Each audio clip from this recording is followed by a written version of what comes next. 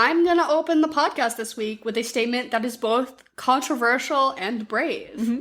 I think the movie Sky High is a piece of queer cinema. Please elaborate for the viewers. Well, or first the and foremost, this is The Swamp. The Swamp is our podcast, and it's an acronym. Stands for some whack-ass movie podcasting. My name is Dara, and as always, I'm here with my beautiful, lovely, amazing, and terrific co-host, Emily, and this is Disney December, where we are doing Disney movies. Duh! And this week, we have decided to, instead of do anything in the MCU, which is legally owned and now distributed by Disney, no, I'm not doing anything by the MCU, but I'll do the closest thing that I'm willing to touch, which is Sky High. I think I'd rather do, die like a violent death than do the MCU on this podcast. Which is funny because I think we have technically covered. We covered we did Thor. Ragnarok. That was for Jen. For Jen, I'll do it.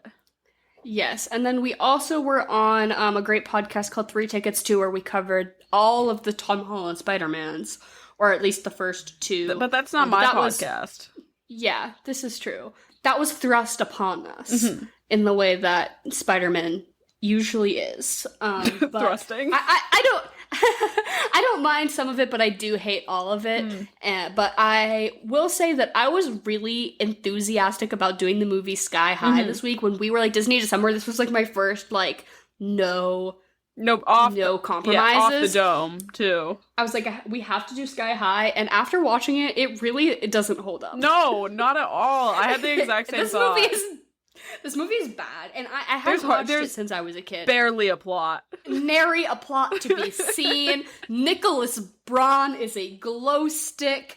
Mary Elizabeth Winstead is a reincarnated baby. What is going on? Honestly, it's wild, and I think there's quite a lot to unpack here, which is good for a podcast, but I remember loving this movie as a kid. For sure. I was excited when they said, at 8/7 Central, Sky High.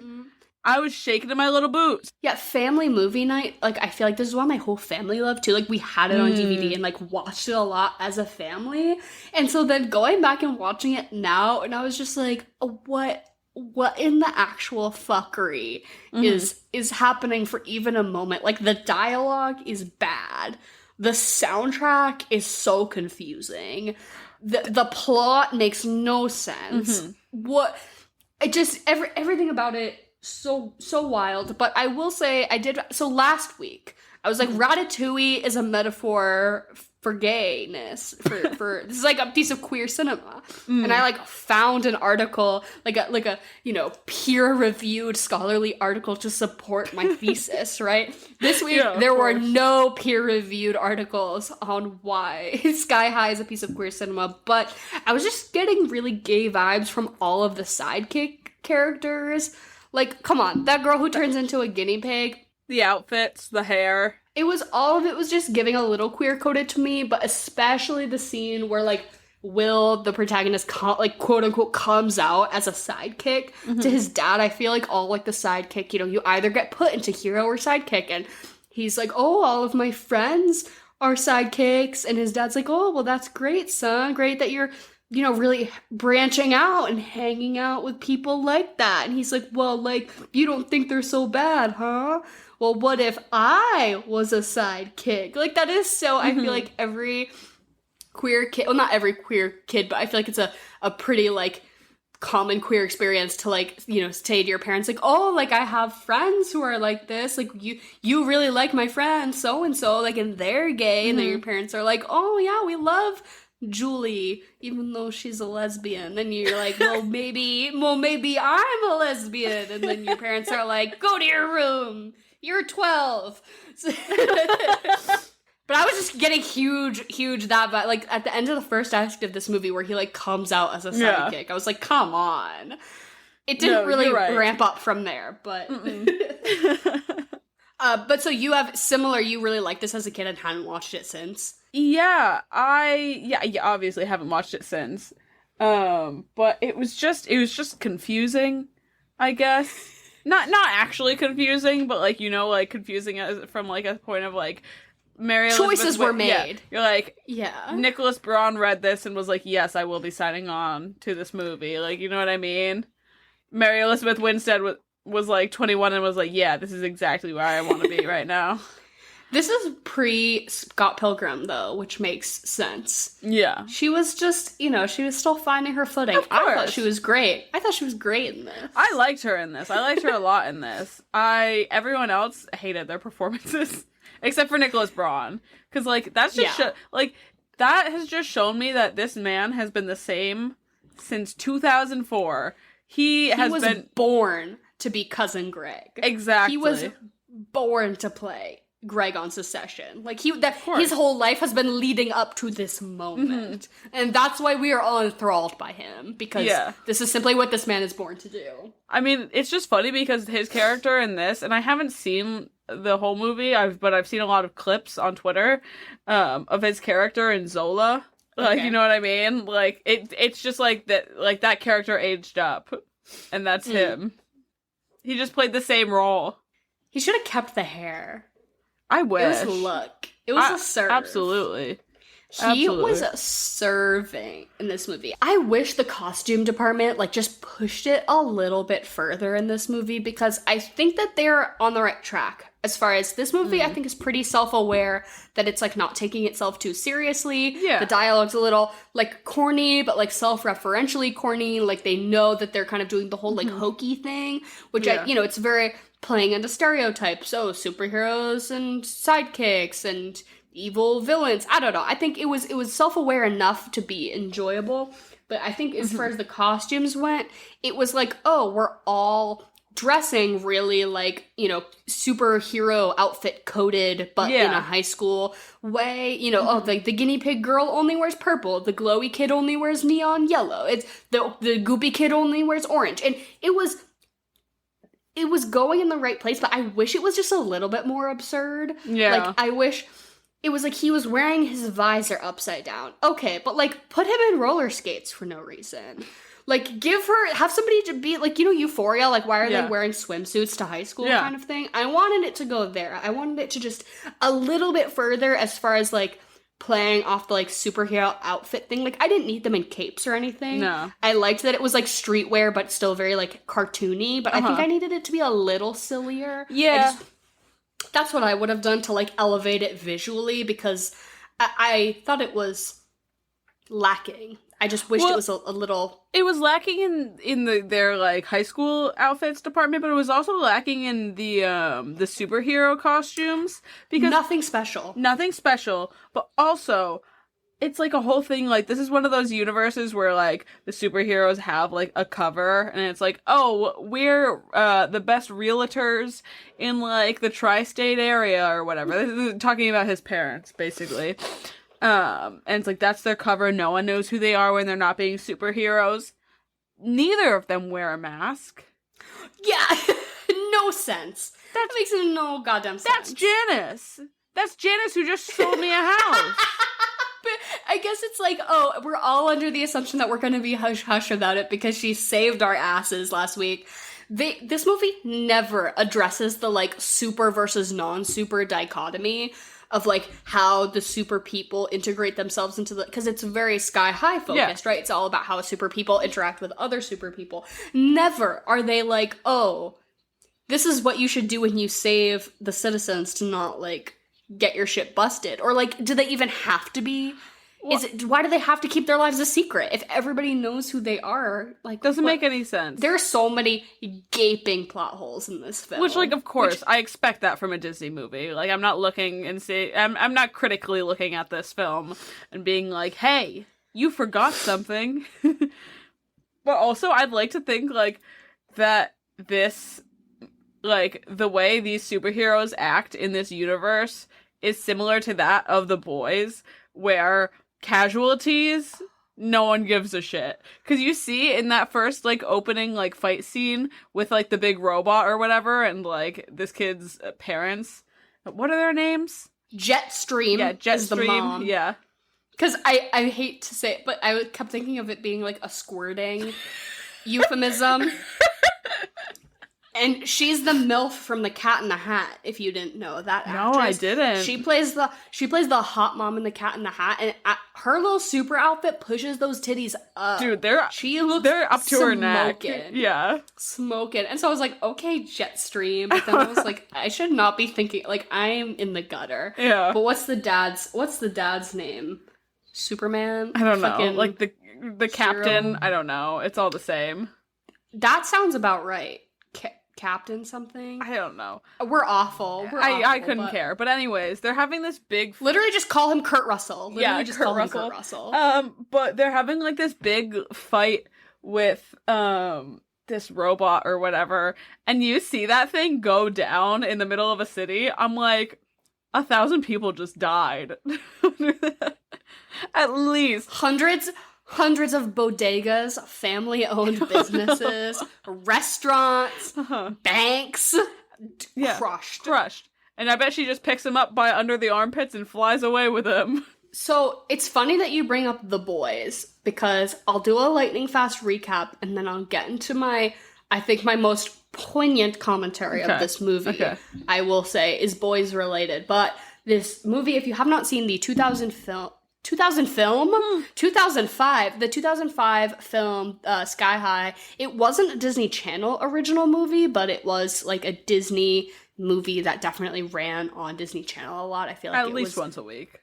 One of those ones, that was like definitely oriented towards that audience. But Will Stronghold, his parents are the two best superheroes ever, and they're going to send him to Sky High, which is a private high school, or at least they say that they pay tuition for him to go there. So that was I noted that, and I feel like it's important to recognize that Sky High is a private institution.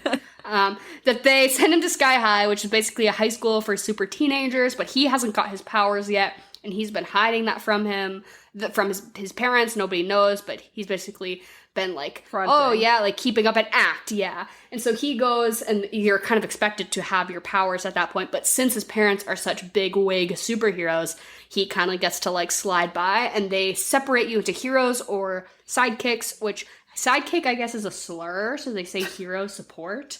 they're like, oh, the politically correct term is hero support.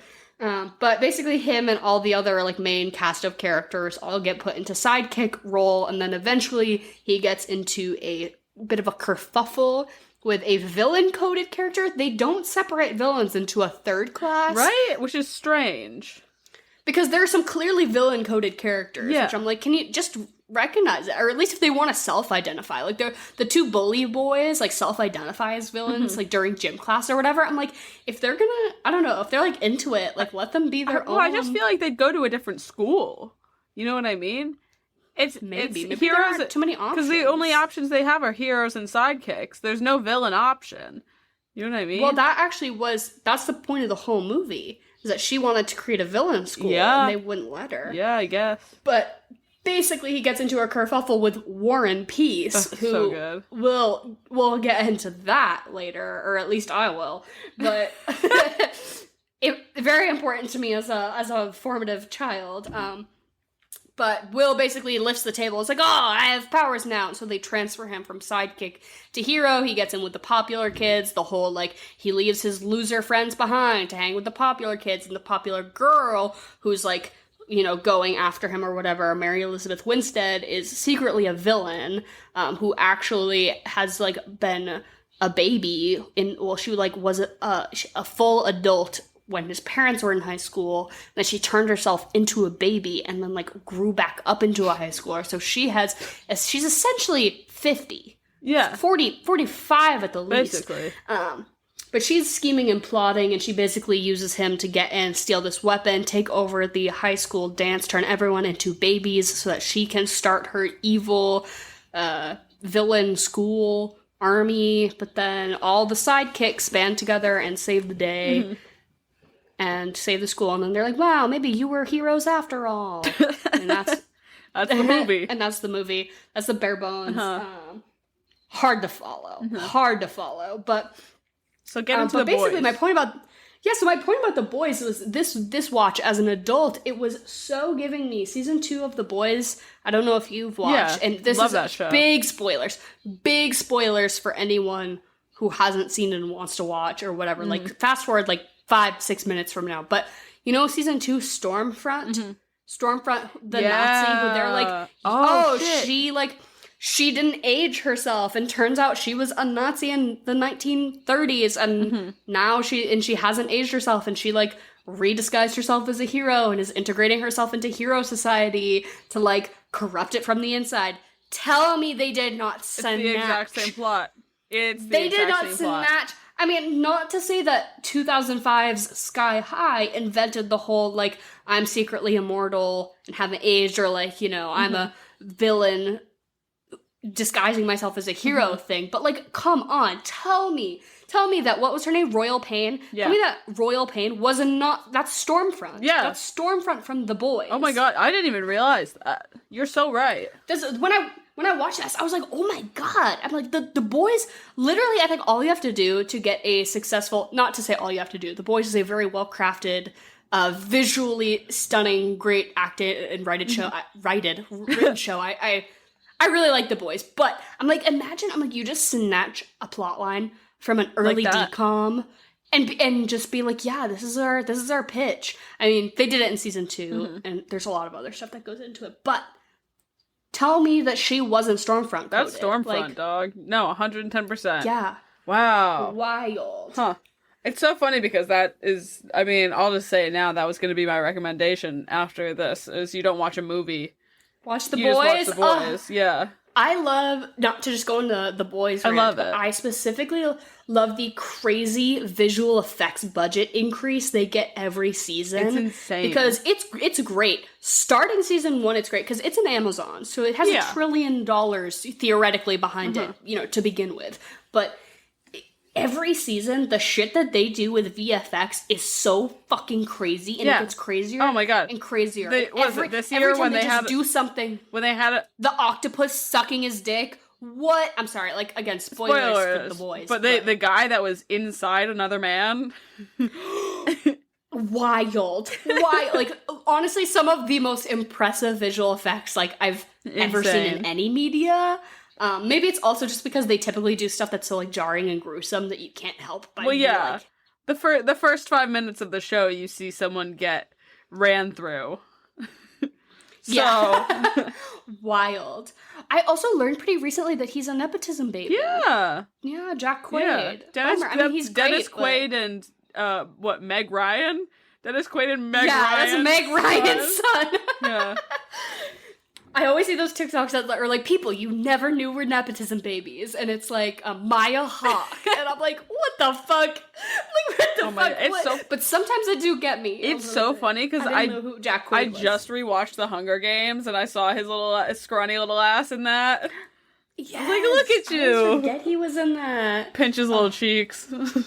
Okay, wait. Do you know who was a jump scare for me though in this movie? Who? I don't think you're a Community girly. No. But the show Community, the Dean on Community, played by Jim Rash, plays the jester sidekick to Royal Pain, who, if you don't know who this man is, he plays when Will walks, when Will walks Gwen to her door, and Gwen's like quote unquote dad opens the door, that's who that man is, and then he gets in that jester costume and does that silly little voice, and that's the Dean on Community. I watched this with Henry, and he was like, Dara, that's the Dean, and I was like, no, it's not, because he has hair, and the Dean is bald, and I was like, that is not him, and then Henry made me look it up, and I laughed so hard I peed myself a little bit, so if you did not know, I feel like I did not recognize that was Mary Elizabeth Winstead for a really long time, because I feel like she's so Ramona Flowers coded in my head. Well, of course, yeah. She plays like the hot popular girl in this that I feel like I forget all the time that that's her. Her half-ass side bangs really threw me off, and I do always get a jump scare whenever I watch this one. But I will say her and the girl that turns into a guinea pig were definitely queer awakenings for me. Oh, the guinea pig girl was definitely like, do I want to be her? Do I want to be her best friend? Or like, am I attracted to her vibes? Yeah. Because it really like defines my type. as far as like all of the sidekicks are queer coded, I'm mostly talking about the guinea pig bitch. Yeah. Like, come on, her little purple streaks in her hair. The fact that she maintained the purple streaks in guinea pig form. I love it. So cunty. That's a bisexual woman. Like, I'm sorry. But I feel like all guinea pigs die really traumatically. And this is just a fact. Yeah, so she better stay in human form as long as she can. Yeah, she doesn't have very long. I'm not gonna pontificate on my guinea pig experience, but you had a really bad one. Yours was fucked up. Anyone out there with either guinea pig or hamster trauma knows that those animals are not meant to be pets. Yeah. They will implode on themselves. But yeah, she was a cutie.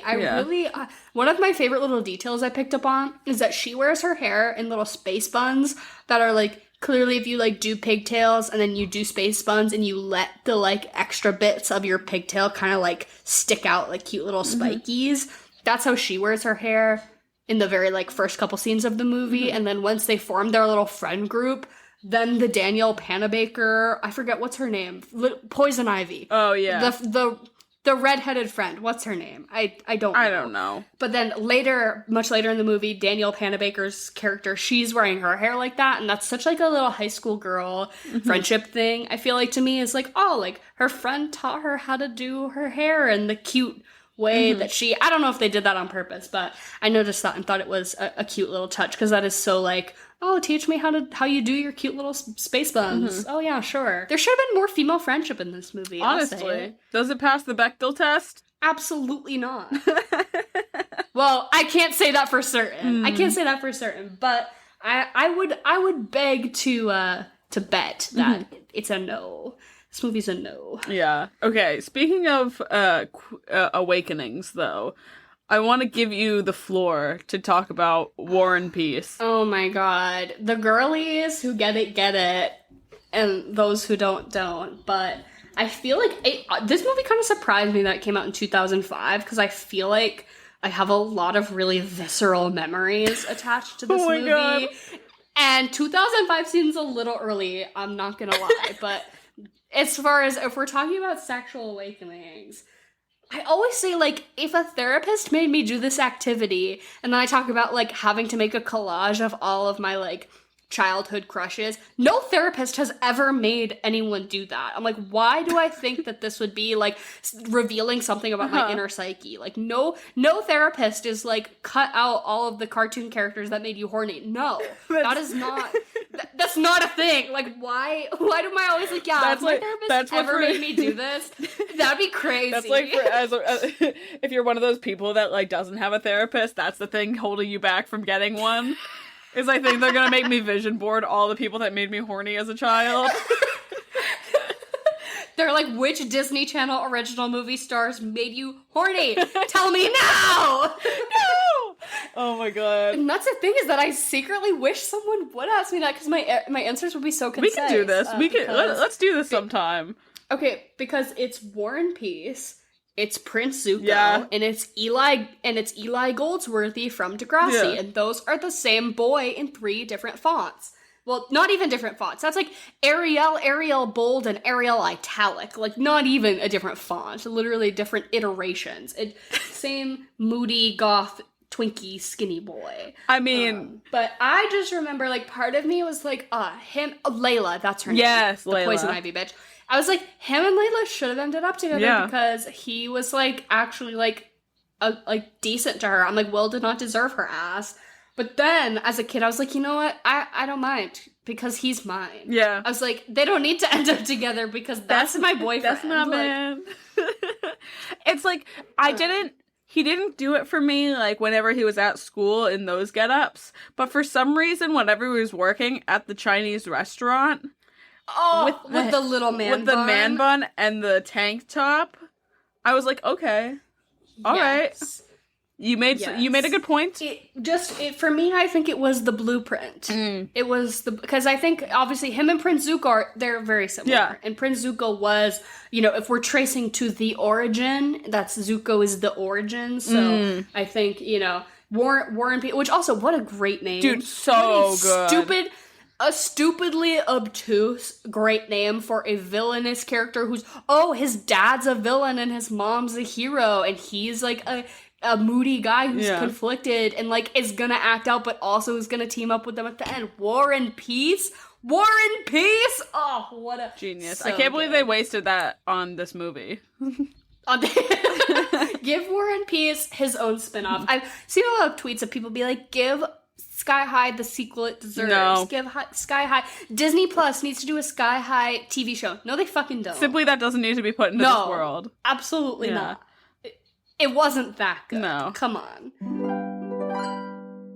Bum ba ba bum! It's my lovely mother Jen back at it again with another chocolate or vanilla interim podcast segment. I said that like I was from the Midwest podcast. I love, if I ever meet anyone from the Midwest, I always ask them to say the word challenge. Challenge. Challenge.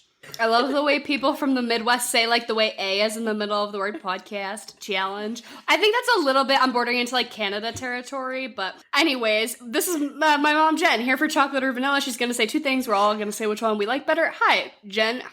How are you? Hi, I'm pretty well. How are you? Clearly feeling some type of way today. Is there a theme this week? There is a theme. These are things, movies or TV shows about people in high school. Okay, yeah, Sky High, high school. Yep. We love it. Chocolate or vanilla? Chocolate. Vanilla. Chocolate. Chocolate, vanilla, or strawberry? Ooh. Chocolate. I'll go strawberry today. Yeah, I think I'm gonna go strawberry also. Okay, first one. Gossip Girl or Gilmore Girls? I do not engage with either of these pieces of media, but I do know that it is the correct answer to say Gilmore Girls. Well, I'm gonna say the incorrect answer then and say Gossip Girl. I like the drama. Yeah, this is a hard one for me. I like both these shows, but I am gonna go Gilmore Girls. Shout out to my friend Jill, who loves that show. Next one. Freaks and Geeks or One Tree Hill? Oh, I love Freaks and Geeks. That is like a piece of media that will like erase itself from my mind, and I always just like totally forget that it exists. And then something will cross my radar, and I'm like, "Holy shit! That I forget that show even like is a thing." Really. And I always loved the, like, subplot about, like, the little brother and his friends. And, like, when those actors, like, pop up in things today, I'm always like, what do I know them from? And I'm like, it's always that they were one of the friends from Freaks and Geeks. Like, the friend Bill, he's, like, one of the teachers in the new Spider-Man movies. And I remember, like, something unlocked in my brain where I was like, who the fuck is that? Who are you? Yeah, love Freaks and Geeks. I've never seen One Tree Hill, nor will I ever. Mm-hmm. Yeah, Freaks and Geeks. Easy. Case closed. I remember that being one that I feel like you find at the same time that you find like Daria. You know, you're like 15 years old and it's like the sort of like edgier shows that were used to run on MTV. Yeah, I'm gonna go with One Tree Hill. So next one is Mean Girls or Pretty Little Liars.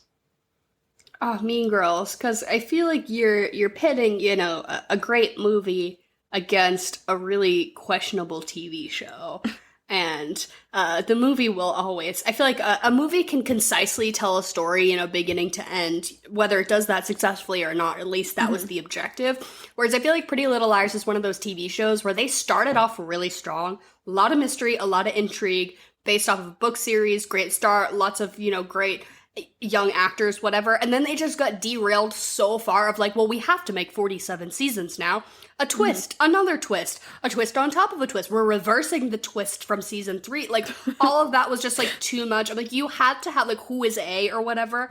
That had to have been planned and decided before you even started episode 1. You know what I mean? So yeah. I feel like a lot of shows like that rely on like suspense and mystery take too long to reveal the thing, and then it just, no matter what the answer is, it's never gratifying, which is why I always feel like I get more out of movies, because I'm like, at least you planned it, Yeah. I don't know. Yeah, I'm also gonna go with Mean Girls on this one. I was never a Pretty Little Liars person. Yeah, I'm going to take Mean Girls totally too. Same thing with Gossip Girl. When you found out who that was at the end, it was like, whatever, you know. Mm.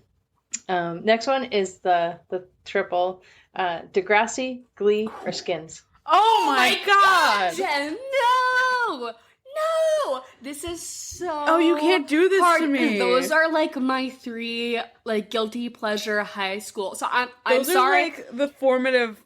I'm sorry to Those the are two of you, formative for but me. I'm immediately ruling out Glee. Glee was far less formative to me than both Degrassi and You're a big Skins. Skins girl. So I think I have to pick Skins. I have to pick Skins because I watched Degrassi I watched it here and there growing up enough, but then my 2 amazing great friends, Rachel and Kevin, and I had a summer.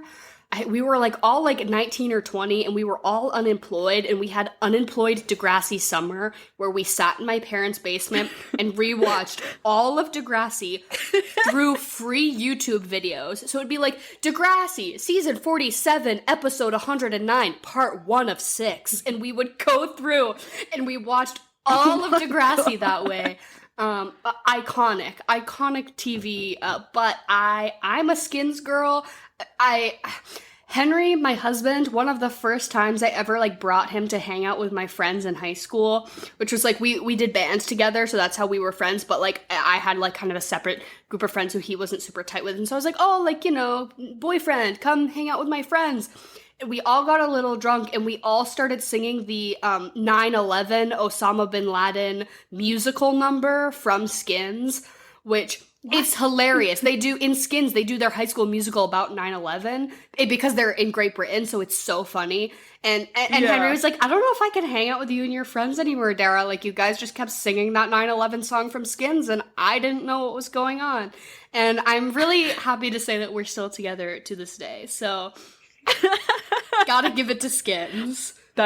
Oh my god, that's so good. I gotta go with Glee. I mean, like, I knew it was, it's either that or Degrassi, and it's a tough call. But, yeah, Glee really did it for me. Yeah, no question. Glee for sure. 100%. Next one is Sweet Life or Sweet Life on Deck. Oh, Sweet Life, come on. The spinoff's never as good. Although I did like the concept. Yeah, Sweet Life. I think every show should do an on deck, you know? The White Lotus on deck. That's the first one that comes to mind, but I just think every show should Game of Thrones. yeah, every show should do a boat version. I love a boat spinoff, but I gotta say that I love that the Tipton was in Boston. Growing up, I always felt a sense of pride about that when they would mention they're like, oh, and here in Boston, I'm like, that's a studio set. It was not even real; it was green screened. I'm like, that is straight up green. I'm like, that's not Boston. There's no trash on the sidewalk. Like, what are you talking about? Where was the towny accents? Yeah, Sweet Life, easy. Yeah, Sweet Life for sure. Next one is Hannah Montana or That's So Raven. I was a Hannah Montana girl for sure. I definitely watched more Hannah Montana, but I liked That's So Raven better, so I'll go for That's So Raven. Yeah, I was going to say the same thing. I think I didn't watch it all, but I would pick That's So Raven. Next one, Drake and Josh or Zoe 101. I feel like we as a household watched a lot more Drake and Josh. So I guess I'll pick that one. Both are pieces of Dan Snyder media, which I do think we as a society need to bar from all cultural discussion in positive light. Like, only bad things to say about, if you haven't, if you don't know what you're talking about, all the like Jeanette McCurdy, her biography, plus a lot of other like former Nickelodeon child stars coming forward and talking about all the creepy fucking shit that man did while show running those kids programs is really fucked up. But I'll pick Drake and Josh because I guess. Because it's Drake and Josh. Yeah, I also have to jump on the Drake and Josh train. Also, Drake Bell, not a good guy. He moved terrible. He moved to Mexico and is now like a Mexican pop, like a Spanish music pop star because he fled the US because of like abuse cases. It was so much problematic shit going on there. But did watch a lot of Drake and Josh growing up, so think you had like an inappropriate relationship with a fan or something, right? God. Yeah, sounds right. Something. I will pick Drake and Josh also because we did watch it a lot. Sorry to put a damper. I know. Next one, Wizards of Waverly Place or Sunny with a Chance? Oh, Wizards of Waverly Place. I saw a great TikTok recently about characters that are Percy Jackson coded, which just means that they only take W's, no L's, and Alex Russo from Wizards of Waverly Place, totally Percy Jackson coded, only W's, no L's for Alex Russo. Also, I loved Harper, the friend who wore weird dresses. I really connected to her, so definitely got to go with Wizards. Yeah, it's definitely Wizards of Waverly Place for me. I just feel like I just watched more of that. Yeah, same. I think it ran way longer than the Demi Lovato show too. Yeah. Next one is 10 Things I Hate About You or Napoleon Dynamite. Oh, Jen, this is really hard. I think, objectively, I know that Napoleon Dynamite is a better movie, so I'm picking it.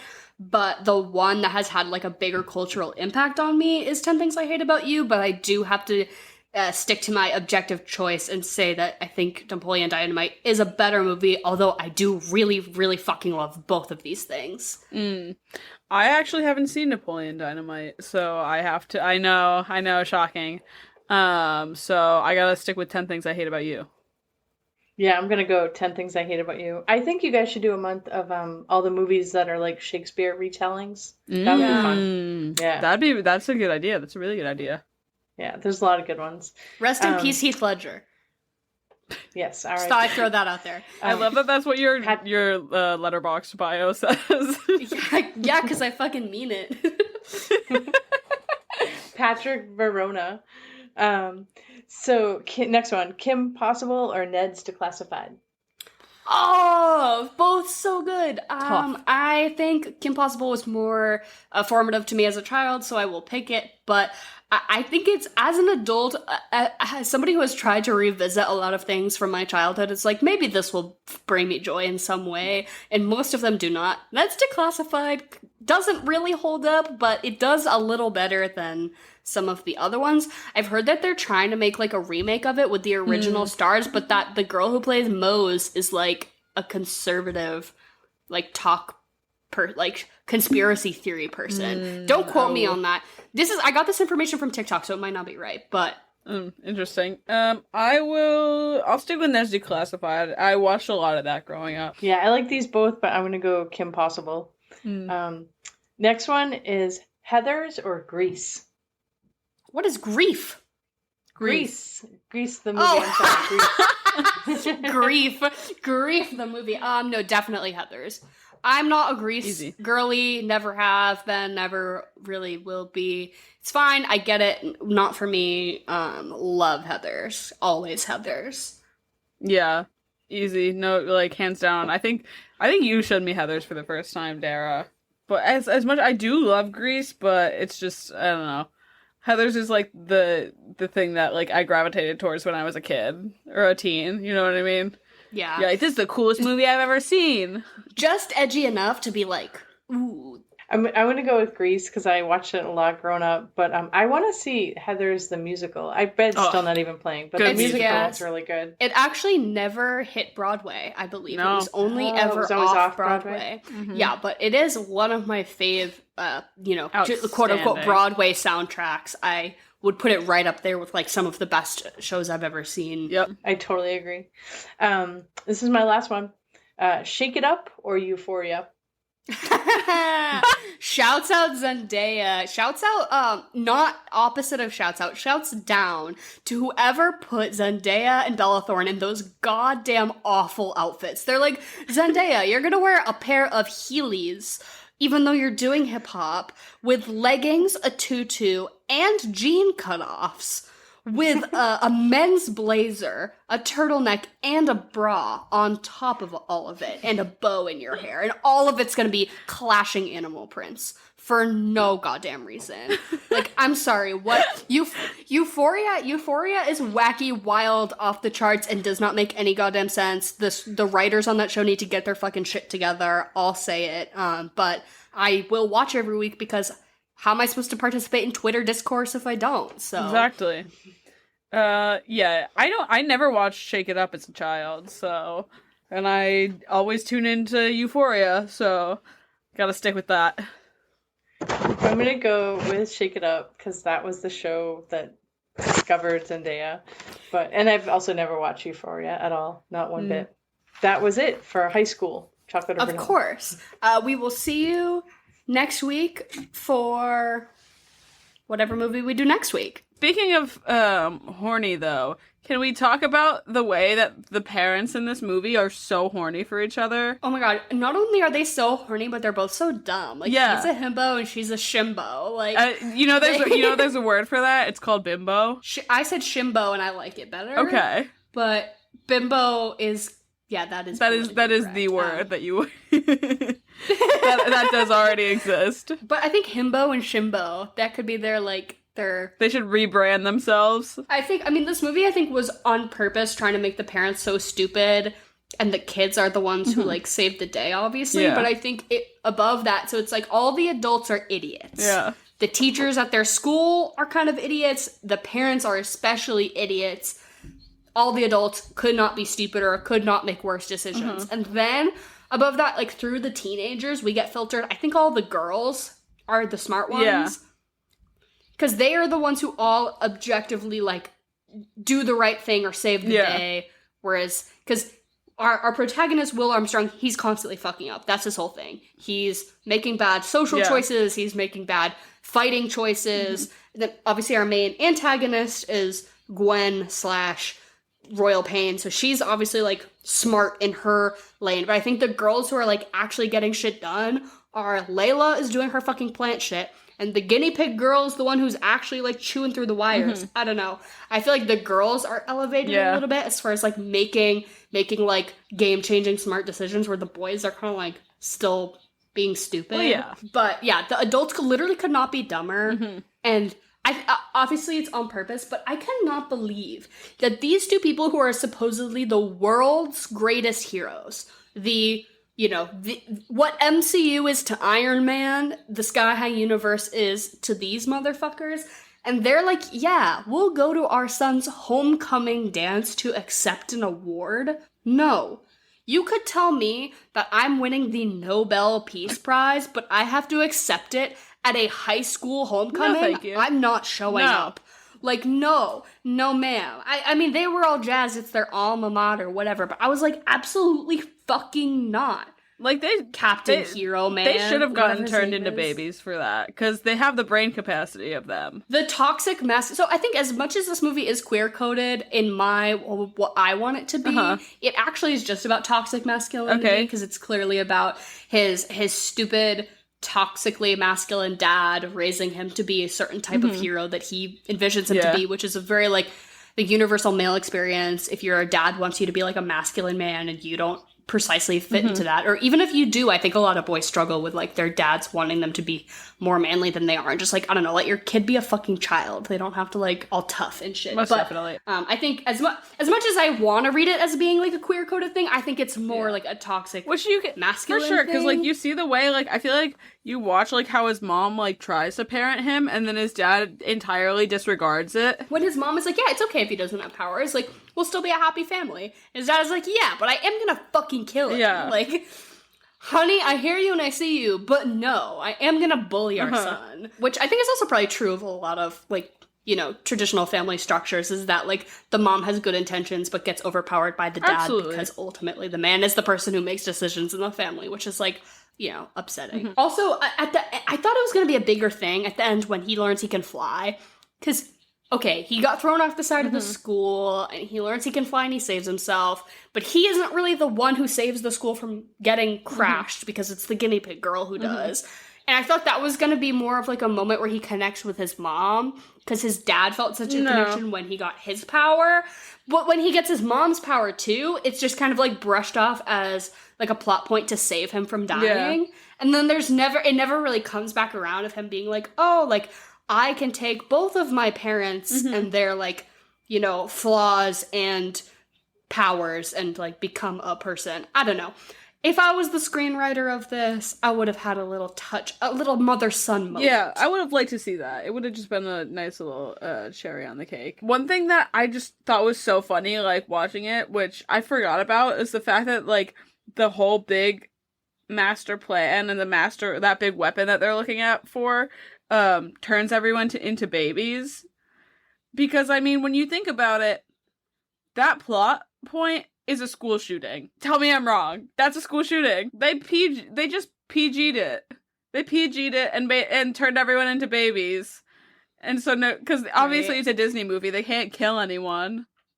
But they round them up and stick them all in the gym. And there's this big weapon that looks like a gun. And they just start blasting them. Like, we need to talk about Kevin. God. Oh my God. See, I was worried to bring up the school shooting topic. That's exactly what it is. So, but it really made me think of, did you ever watch that movie Baby Geniuses? No, I have no idea what you're talking about. Sometimes I think I Mandela affected myself into being the only person who remembers the movie Baby Geniuses, because it was a movie about babies who were geniuses, but then there was a sequel called Baby Geniuses 2 Super Babies, and the baby geniuses got superpowers.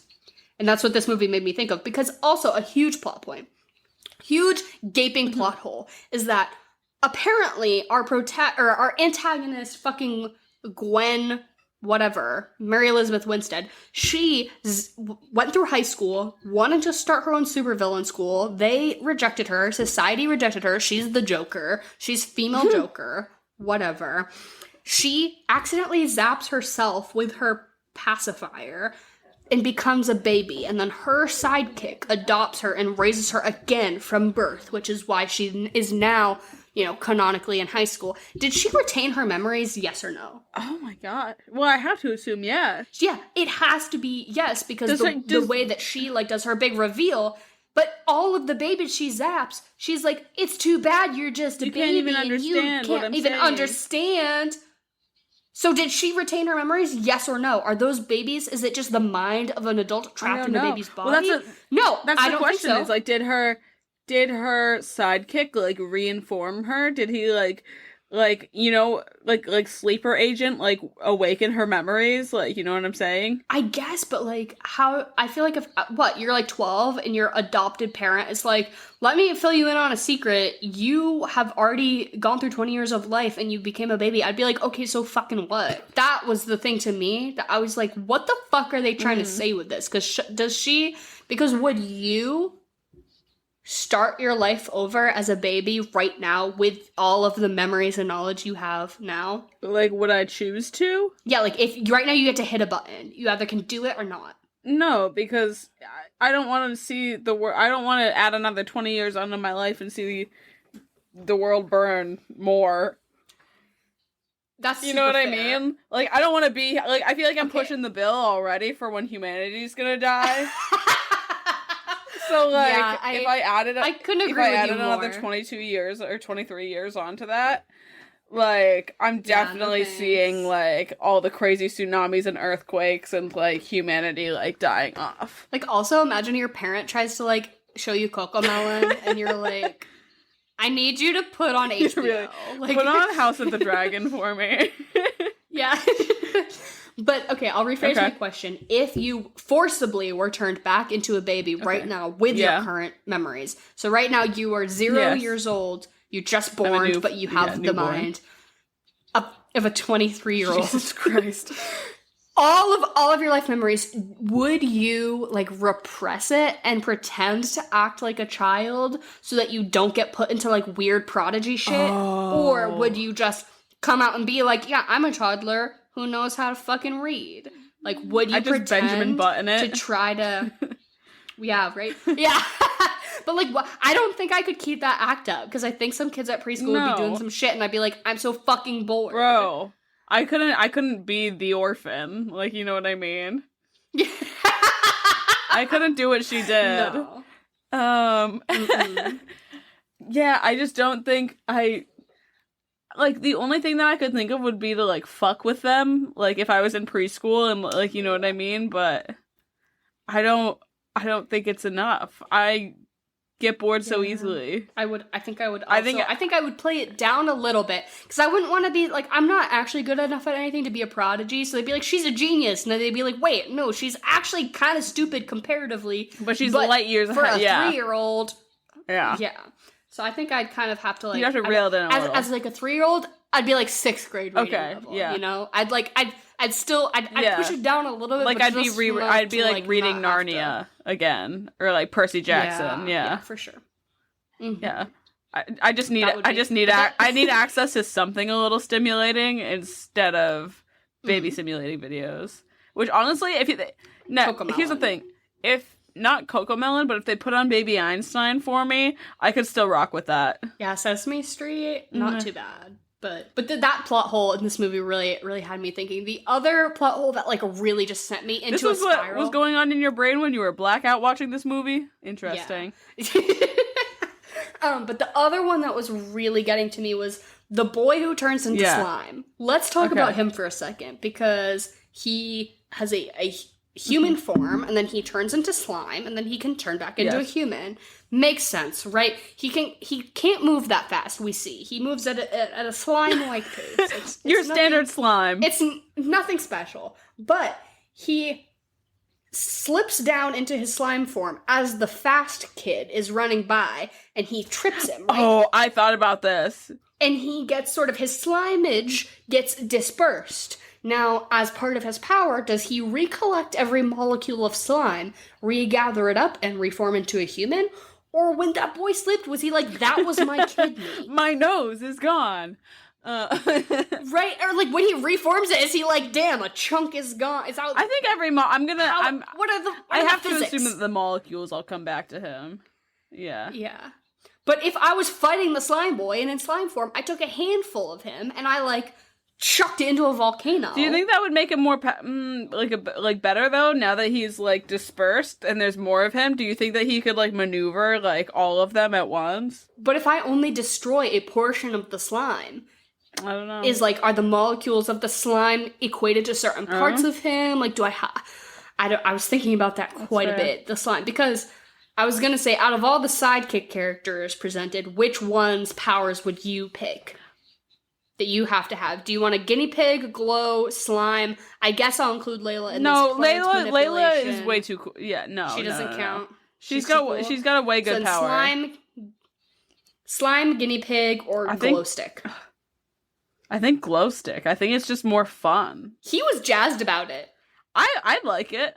I feel like I'd just be really useful. You know what I mean? Speaking of glow sticks, though, do we want to get into our regularly scheduled programming? Speaking of glow sticks, well, I have to talk. I have to talk about my. I came up with a decent food suggestion for this. Okay. Wait. Okay. Let's start off with that then, because mine aren't great. So I ended up because it's something about Nicholas Braun glowing throughout this whole movie really did it for my eyes. So I ended up looking up like foods that'll glow under a black light or something like that, because some of them will. Sperm. That's not a food. I mean, you got me. Pineapple was one that came up and that stood out to me. And so I think if you like a Hawaiian pizza, if you like pineapple on your pizza, I think you eat a pineapple pizza for this. And then the other thing that was doing for me visually was all the red, white, and blue visual of the parents and the son. So I remember, because I kind of want to keep it on like the similar level of like pineapple on pizza. Like this is kind of something that you would eat maybe when you're like 19 years old, still can't buy your own like liquor and stuff. But I was always a big fan of the red, white, and berry Smirnoff vodka. Oh, and so God. I had written down a rocket pop. So I would you put the rocket pop in your cocktail. So I do those, and I mix it with lemonade, and it tastes just like a rocket pop, and it's so good. I love a rocket pop. I know I've said in a previous suggestion to like put a popsicle in your drink, or to specifically put a rocket pop in your drink, and I think the blue raspberry to lemonade to cherry combo so good. like any cocktail you can do it in like lieu of simple syrup or like in just something super basic. So good. But I also had Rocket Pop written down because their outfits like literally made my mouth water for one. But that's really good. Pineapple glows under a black light. There's a handful of other things. I can. I wonder why that is. Science is crazy, man. Mine are not as good. I said for food you should just eat Chinese food because a couple of really pivotal scenes happen at a Chinese restaurant. And I think if you want to get more specific, get something a little spicy for my boy Warren. A little spicy hot and sour soup. A little something for Mr. War and Peace. And then, so lame. But this movie is about sidekicks, so I think you make a sidecar. I like that. which is just cognac, orange liqueur, and lemon Easy juice. enough. Which is super basic. But sidecar, sidekick. I'd dig that. A sidecar with some Chinese, a good crab rangoon. Ooh. Whenever I say crab rangoon, I crave a crab rangoon, so now I'm fucked. I love a crab rangoon. And so then for Fuck, Marry, Kill, so although we both have expressed overt horniness for certain characters in this movie, we are not talking about the actors, we are talking about the characters, so we're going to omit everyone who's in high school, as we standardly do on this podcast, but I think there are enough except for Mary Elizabeth Winstead, because she is technically 50 years old. Okay. I'll give you that, because as an actress, she 21. Was also what? What did we find? 22? 22. Yeah, 21, so that's, well... Thank you, I'll keep her. But I guess I would say that the adults, I would want to do the mom, the dad, and then I think either the gym teacher or the guy with the big brain, because I think that's funny.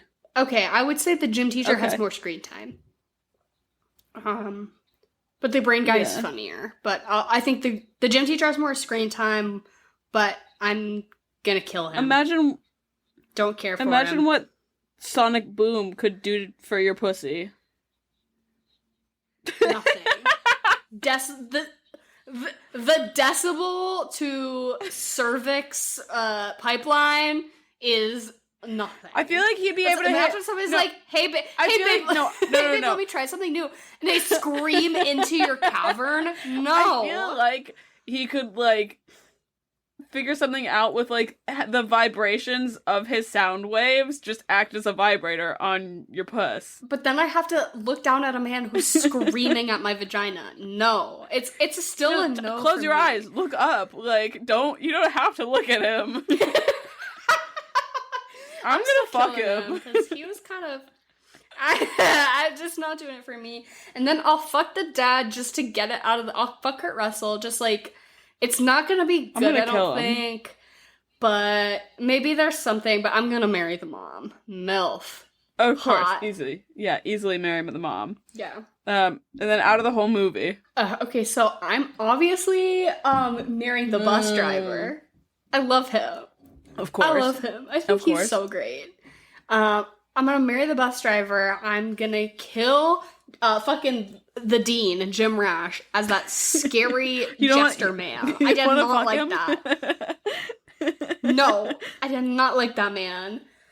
And then I think I'm still gonna fuck Will's mom. She's hot. I'm gonna... I think I'm still gonna kill Kurt Russell. I'm gonna fuck Mary Elizabeth Winstead. Actually, do I marry her? I would want to be her villainous wife. I also think you could maybe persuade her to do something smarter. Like if she wants to start a villain school, turning everyone into babies and kidnapping them to make them your villains is not, because then you have to raise 40 babies. I can't do that. No. Yeah. Okay. I think I'm gonna marry her, and then I'm gonna make her an even better supervillain. You guys are gonna start the college board for villains.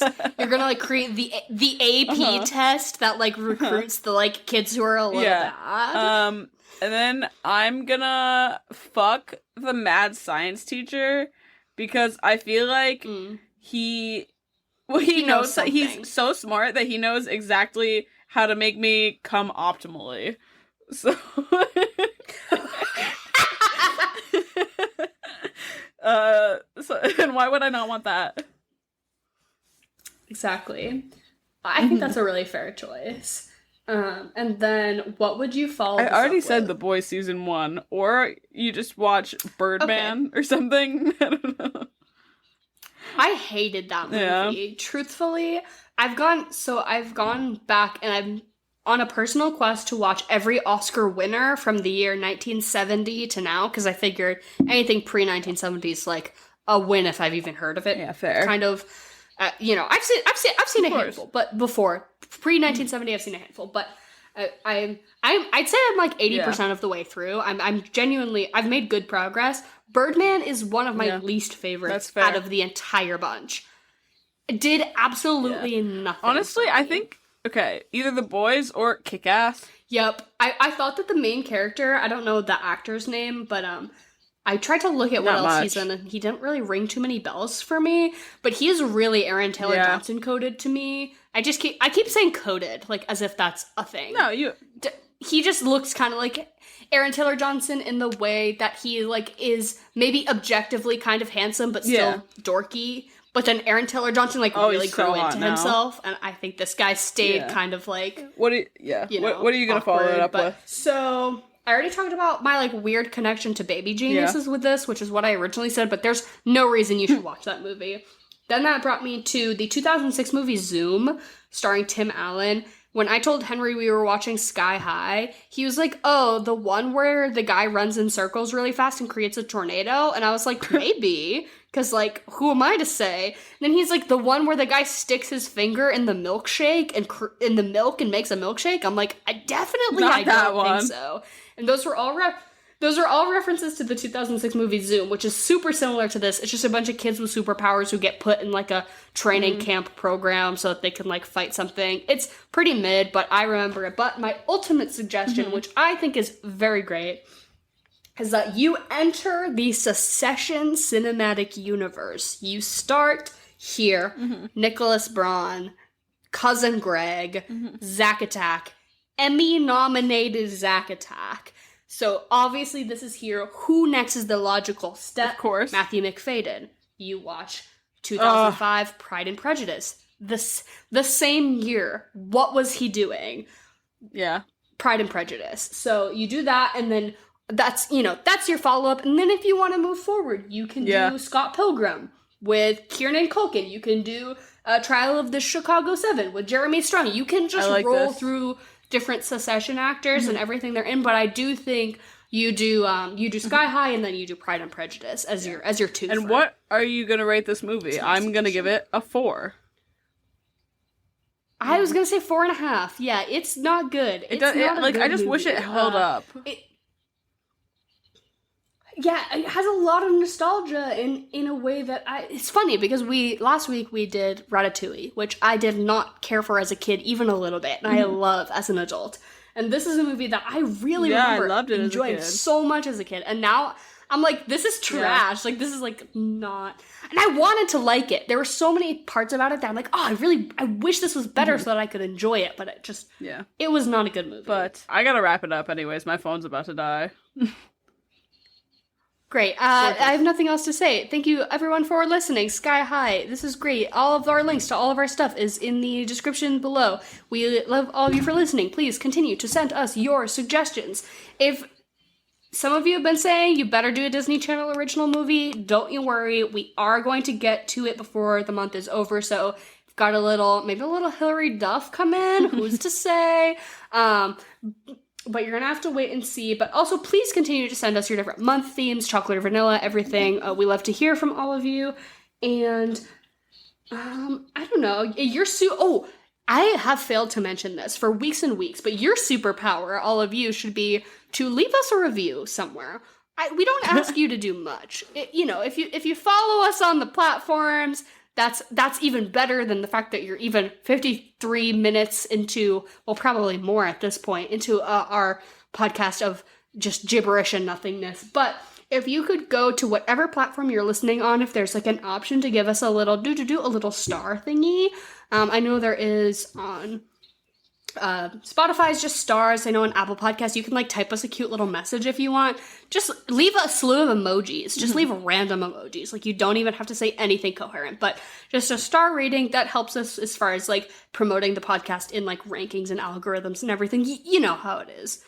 Technology. But I don't know if often ask you all to do that, but would appreciate it if you did so. And as always, we love you and goodbye and good night.